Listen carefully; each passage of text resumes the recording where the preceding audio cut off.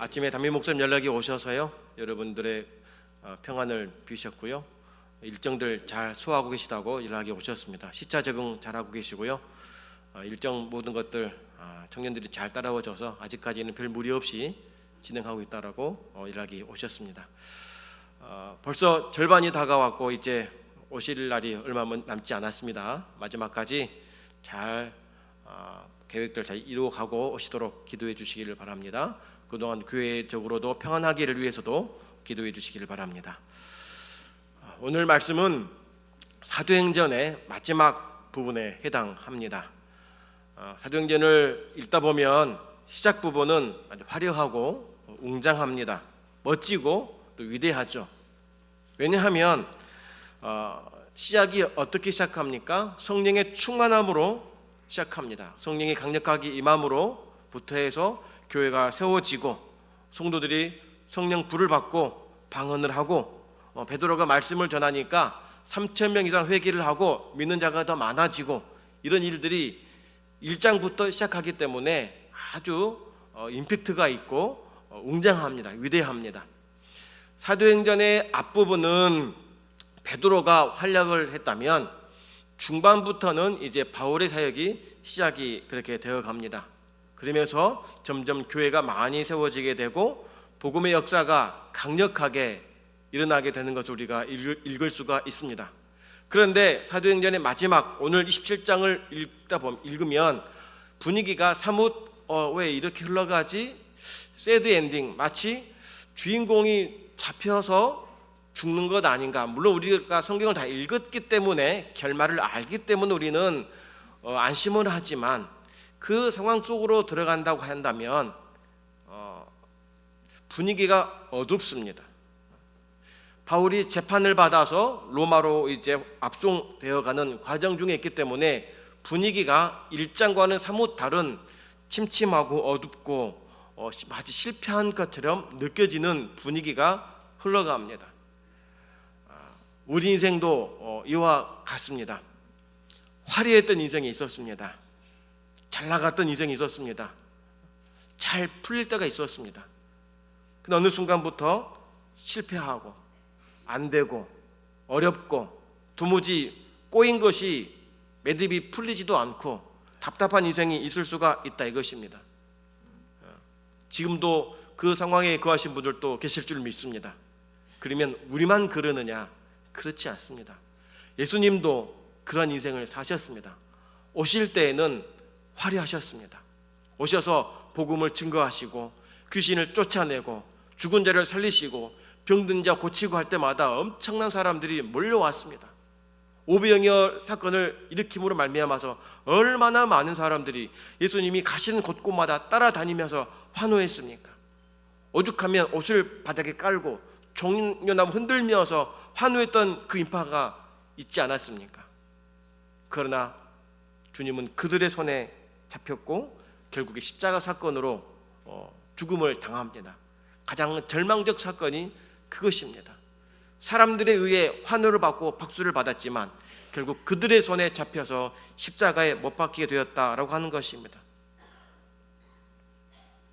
바울이 호송되고 끌려가게 될 때에 끝났구나, 선교의 마침이 되는구나, 복음은 여기서 끝나는구나라고 생각할 수가 있을지 모릅니다.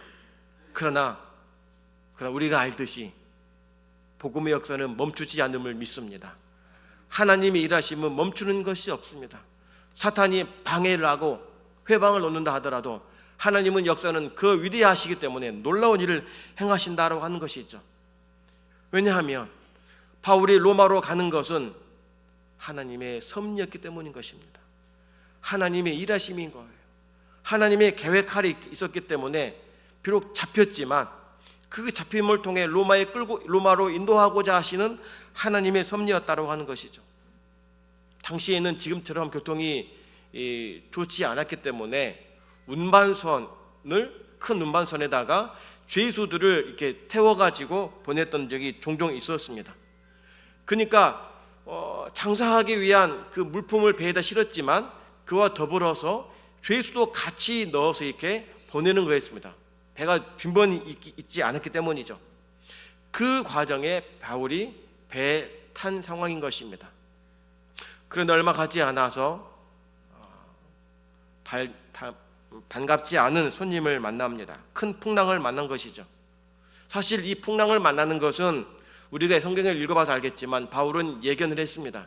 지금 가지 말자, 아직 아니다, 좀 더 준비하자라고 했지만 누가 바울의 말을 듣습니까? 왜 바울의 말을 듣지 않습니까? 바울이 죄수이기 때문에 듣지 않는 것입니다. 꽁꽁 묶여 있기 때문에 죄수로서 바울의 말을 듣지 않는 것입니다. 세상 사람들이 누구의 말을 듣습니까? 힘 있는 자의 말을 듣습니다. 돈 있는 자의 말을 듣습니다. 권력 있는 자의 말을 듣습니다. 힘없고 빽 없는 자는요, 진리를 말하고 옳은 소리를 해도 듣지 않습니다. 기도하마 듣지 않습니다. 그러니 저마다 뭘 가지려고 합니까? 권력을 가지려고 합니다. 힘을 가지려고 합니다. 돈을 가지려고 하는 거예요. 그래서 내 말 한마디에 파급력이 있도록 하려고 하는 것이죠. 사람들은 자기가 계획한 대로 끌고 가려고 합니다. 우리도 마찬가지죠. 계획한 대로 살아내기를 원합니다. 로마형으로 가는 것도 그들은 잘 도착할 줄로 믿었습니다. 그러나 뜻하지 않는 큰 풍랑을 그들이 만나게 됩니다. 전혀 예견치 못했던 상황을 그들이 맞닥뜨리게 된 것입니다. 우리도 인생 살면서 수많은 광풍들을 만나게 됩니다. 광풍 중에 있는 분들도 계실 것이고 광풍을 거쳐오신 분들도 계실 것입니다. 근데 그 광풍들이 어쩌면 나와 상관이 없다라고 여기는 분들도 계실 것입니다. 아직까지 그 풍랑을 경험해 본 적이 없으신 분들은 그것은 다른 나라 사람, 다른 나라의 이야기, 다른 사람 이야기라고 치부할 수가 있습니다. 하루에만도 교통사고로 얼마나 많은 사람들이 죽습니까? 근데 그 교통사고의 당사자가 내가 아니라고만 여깁니다. 질병으로 고통당하고 목숨이 왔다 갔다 하는 우리 주변에 많은 이야기들이 있음에도 불구하고 그 이야기는 내 이야기 아니야 라고 할 수도 있습니다. 제 아내가 갑자기 집 앞에서 사고 날 줄을 누가 알았겠습니까? 예견할 수 없는 것입니다. 아무도 알지 못하는 거예요. 이렇게 갑작스럽게 닥치는 것이 광풍인 것입니다. 물론 광풍만 있는 것이 아닙니다. 순풍이 불 때가 있습니다. 돛을 내리면 바람이 불어와서 목적지대로 순탄하게 잘 갈 때가 있지만 그러나 그렇지 않을 때도 있음을 알아야 합니다. 왜입니까? 그게 우리 인생이기 때문인 것입니다. 바울이 탄 배도 그랬습니다.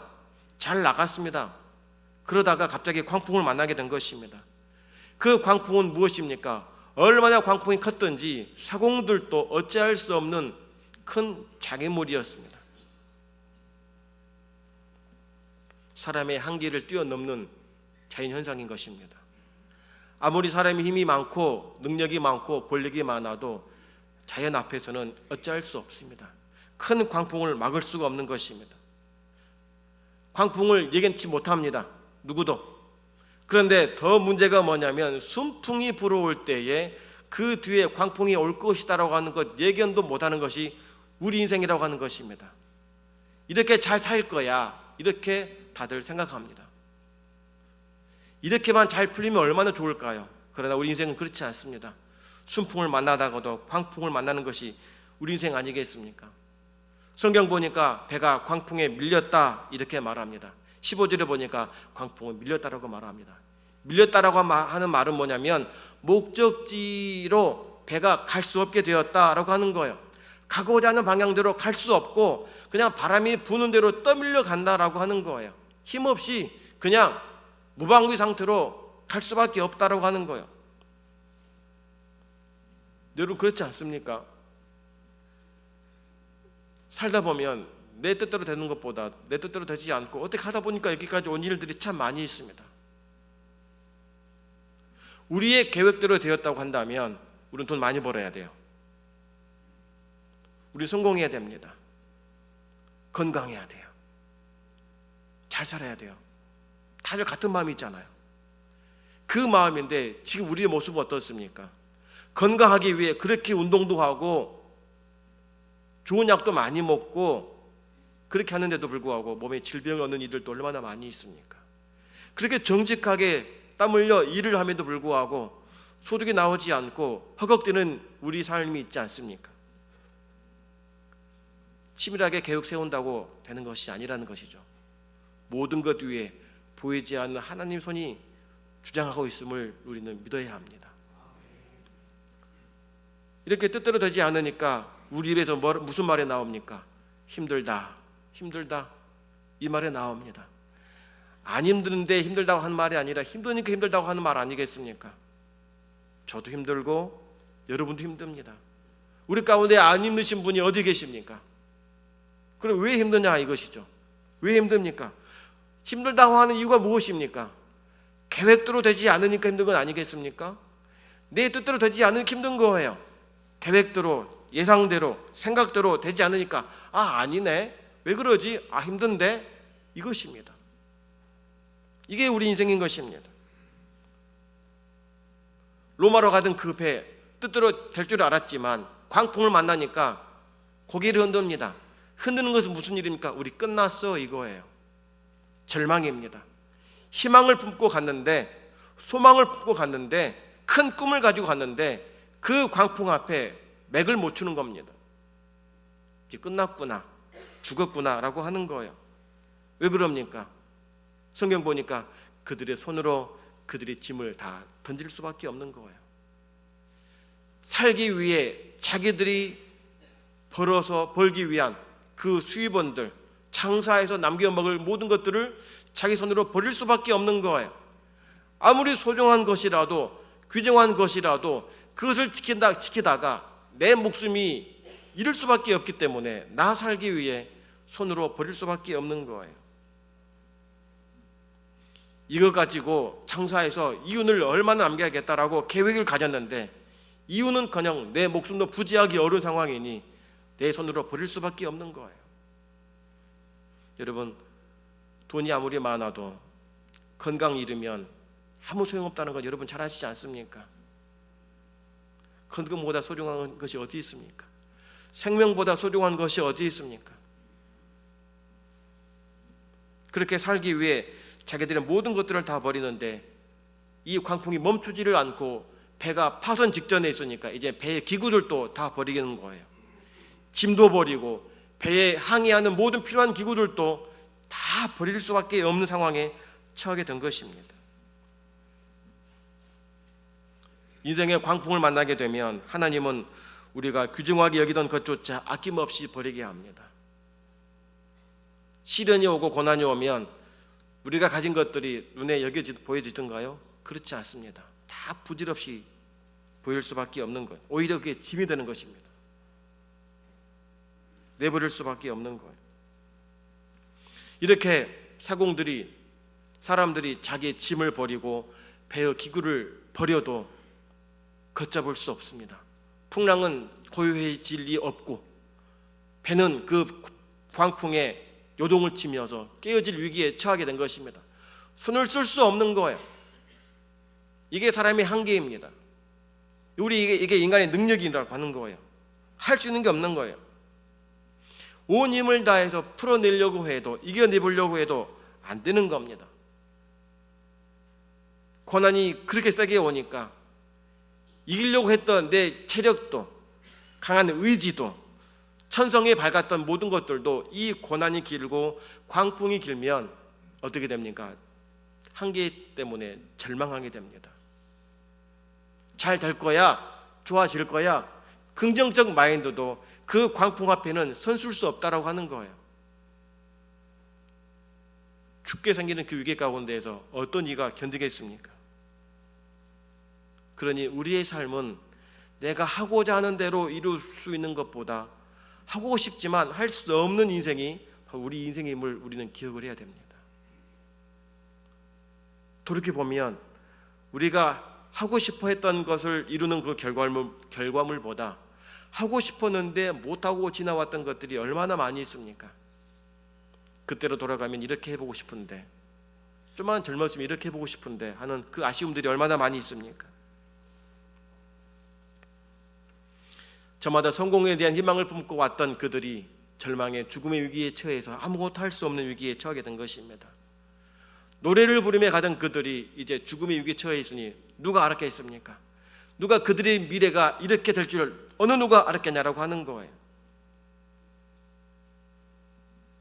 사람이 할 수 있는 것이 있습니다. 해결할 수 있는 것이 있고 할 수 없는 것이 있습니다.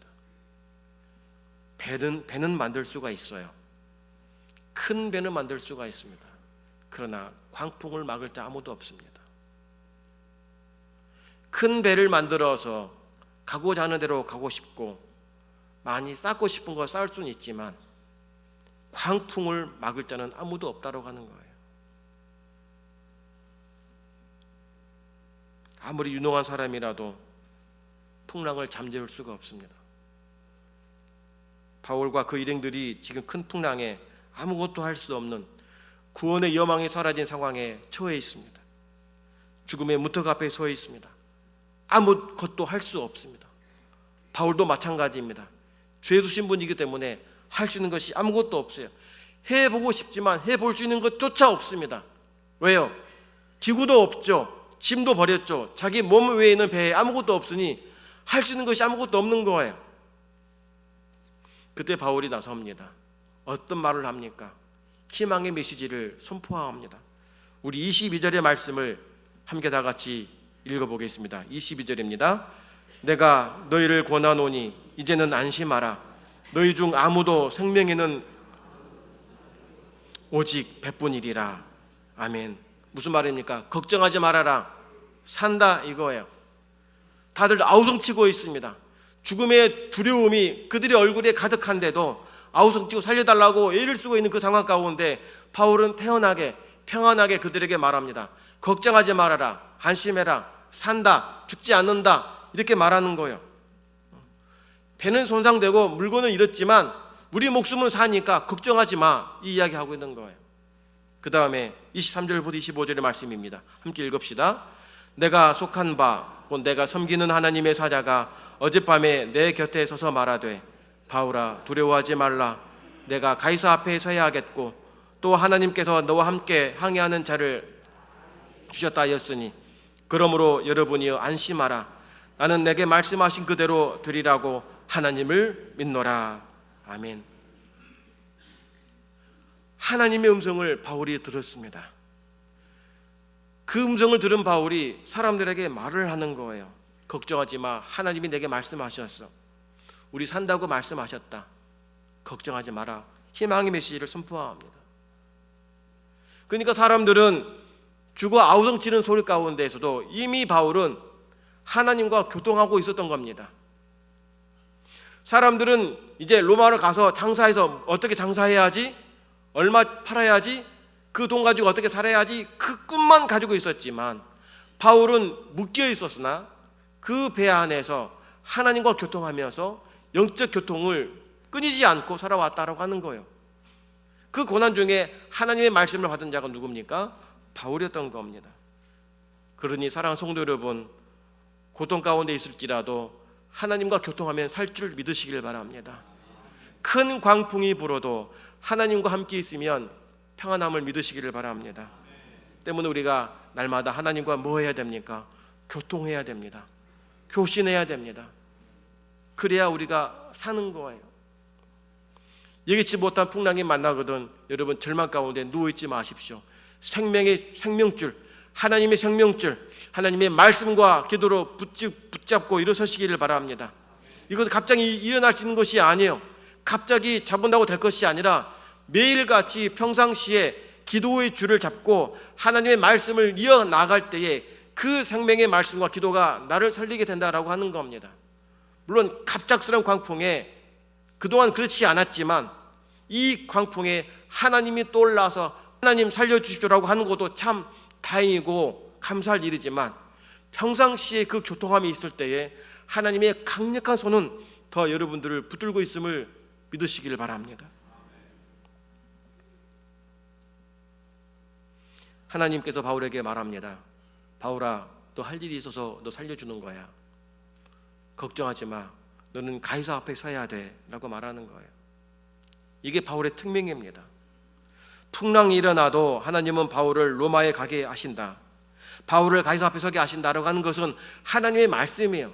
하나님께서 풍랑을 만나게 하셨고, 그러나 그 풍랑 속에서도 걱정하지 않게 하신 것은 바울의 사명과 역할은 가이사에게 가는 거예요. 로마까지 가서 가이사에게 가서 복음을 증거하는 것까지이기 때문에 이 모든 것들을 하나님께서 인도하실 것이니 걱정하지 말라고 바울에게 말씀하신 것입니다. 그러니 여러분, 바울 때문에 누가 산 것입니까? 그 배 안에 있는 사람들이 살게 된 거예요. 여러 사람들은 바울의 말을 듣지도 않았습니다. 귀담아 듣지도 않았습니다. 죽을 위기에 처해 있을 때 바울의 한마디, 하나님의 사람 바울의 그 한마디가 그 사람들이 더불어 살게 되었다고 하는 겁니다. 바울의 덕을 본 거예요. 이것이 신자의 정석입니다. 신자는 주변 사람들에게 피해를 주어서는 안 됩니다. 오히려 덕을 베풀고 오히려 덕을 보게 해야 합니다. 거치는 돌이 아니라 오히려 디딤돌이 되는 역할을 우리가 해야 할 줄 믿습니다. 앞서 언급했듯이 사람들이 바울의 말을 귀담아 들었습니까? 귓등으로 들었습니다. 이제는 바울의 말 한마디에 모두가 귀를 엽니다. 산다고 하니까 바울의 말을 들을 수밖에 없는 거예요. 죄수에서 한순간에 리더가 됩니다. 우두머리가 됩니다.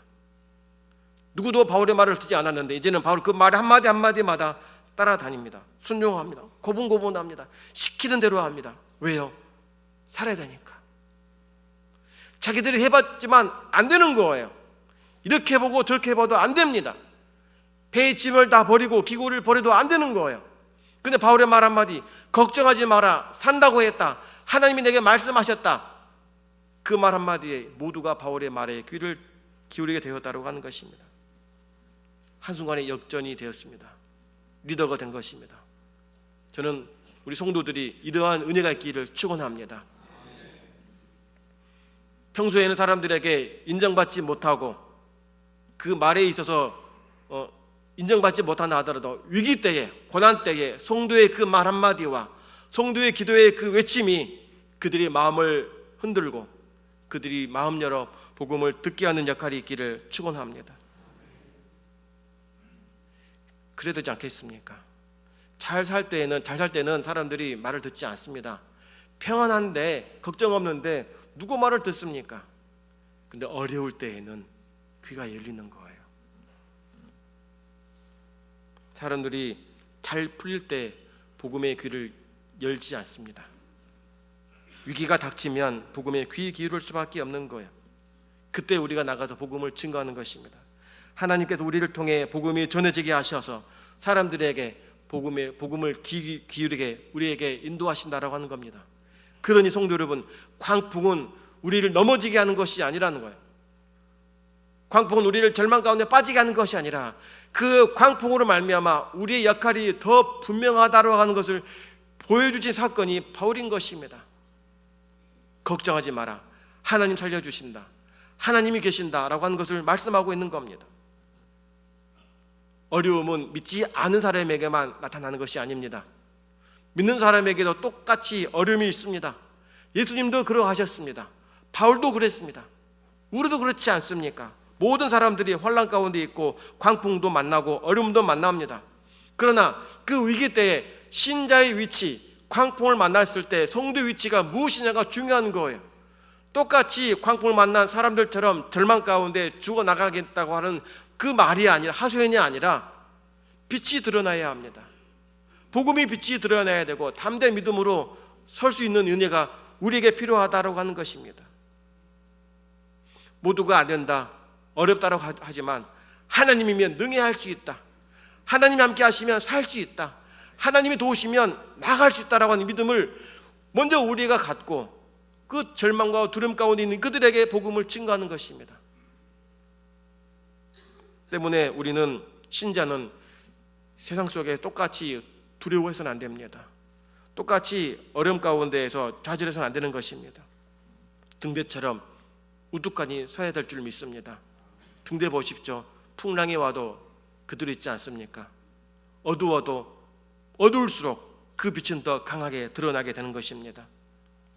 모두가 불안해할 때 하나님의 사람의 얼굴에 영광의 빛이 드러남을 통해서 살려주라, 도와주라, 그 한마디에 우리가 어떻게 됩니까? 그래, 기도하자, 하나님께 나아가자, 말씀 앞에 서자, 예배하자, 이 말 한마디에 그들이 마음을 열고 나오는 것입니다. 아무리 많은 돈을 써가지고 해보려고 했는데 안 될 때에 가장 결정적인 건 마지막 하나님이 계신다. 우리 한번 붙잡아 보자.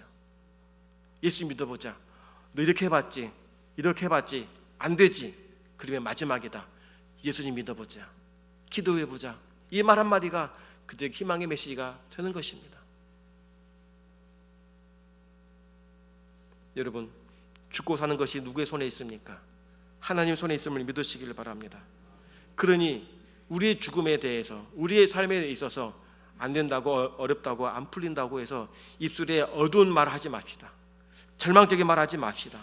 희망의 메시지, 소망의 언어, 믿음을 가지고 주님 바라보시기를 축복합니다. 주변에 보면 난파당한 사람들이 많이 있습니다. 광풍에 깨어져 가지고 좌절하고 일어서지 못한 사람들이 참 많이 있습니다. 조난당해 죽어간 사람들도 많이 있습니다. 그들에게 우리가 해야 할 것이 무엇입니까? 주님이 함께 하신다. 하나님이 함께 하신다. 주님이 보고 계신다. 하나님은 다 하신다. 함께 기도하자. 복음 앞에 인도하는 것입니다. 성도 여러분, 우리가 하나님 앞에 서야 할 일이 분명히 있다고 한다면 절망 가운데 있을 때 걱정하지 마시길 바랍니다.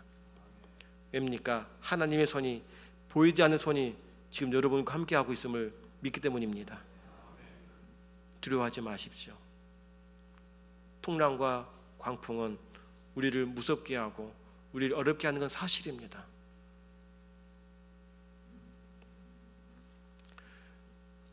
벌써 2달이 넘어갔습니다.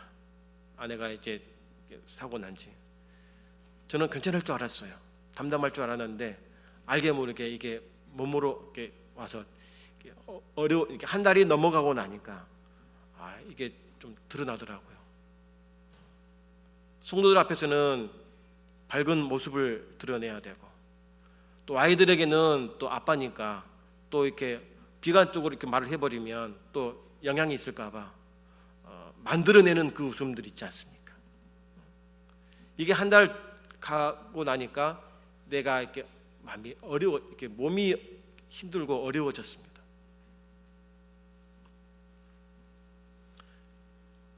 어느 순간부터 하나님이 하신 것이었구나 깨달은 때가 있었습니다. 한 달이 지나서 12월 달쯤에 어느 순간 이 사고가 왜 났는지에 대해서 갑자기 하나님이 주신 겁니다.